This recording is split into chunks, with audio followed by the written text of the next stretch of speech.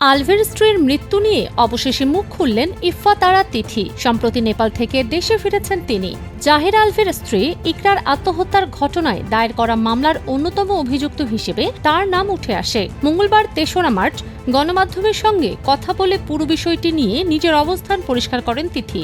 তিথি বলেন, অনেকেই অভিযোগ করছেন আলভি তার স্ত্রীকে শেষ দেখা দেখতে আসেননি, বরং গার্লফ্রেন্ডকে নিয়ে নেপালে ছিলেন। এ কথা সম্পূর্ণ ভুল। তার দাবি, তিনি পুরো টিমের সঙ্গে ২ মার্চ দেশে ফিরেছেন। তিনি আরও জানান, যেদিন ইকরা আত্মহত্যা করেন সেদিনই দেশে ফেরার জন্য বিভিন্ন জায়গায় টিকিটের চেষ্টা করা হয়েছিল, কিন্তু প্রথম দিন কোনো টিকিট পাওয়া যায়নি। পরের দিন টিকিটের ব্যবস্থা করে টিমের সবাই দেশে ফিরে আসেন। এদিকে আলভির সঙ্গে তার সম্পর্ক নিয়ে দীর্ঘদিনের গুঞ্জন প্রসঙ্গে তিথি বলেন, তিনি ও আলভি বহু বছর ধরে একসঙ্গে কাজ করছেন।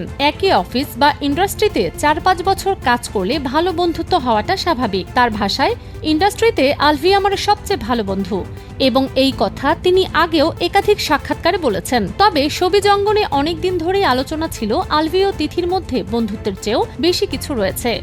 ইকরার মৃত্যুর পর তার ঘনিষ্ঠ বান্ধবীরা দাবি করেন, আলভি ও তিথির সম্পর্কের কারণেই মানসিকভাবে ভেঙে পড়েছিলেন ইকরা, আর সেই মানসিক চাপই তাকে আত্মহত্যার মতো চরম সিদ্ধান্ত নিতে বাধ্য করে। উল্লেখ্য, ২৮ ফেব্রুয়ারি রাজধানীর মিরপুর ডিওএইচএস এর একটি বাসা থেকে গলায় দড়ি দেওয়া অবস্থায় ইকরার মরদেহ উদ্ধার করা হয়। পরে কুর্মিটোলা জেনারেল হাসপাতালে নেওয়া হলে চিকিৎসকরা তাকে মৃত ঘোষণা করেন। এ ঘটনায় আত্মহত্যার প্ররোচনার অভিযোগে পল্লবী থানায় জাহির আলভি, তার মা ও ইফফাতারা তিথির বিরুদ্ধে মামলা দায়ের করেন ইকরার মামা শেখ তানভীর আহমেদ। ঘটনাটি এখন তদন্তাধীন।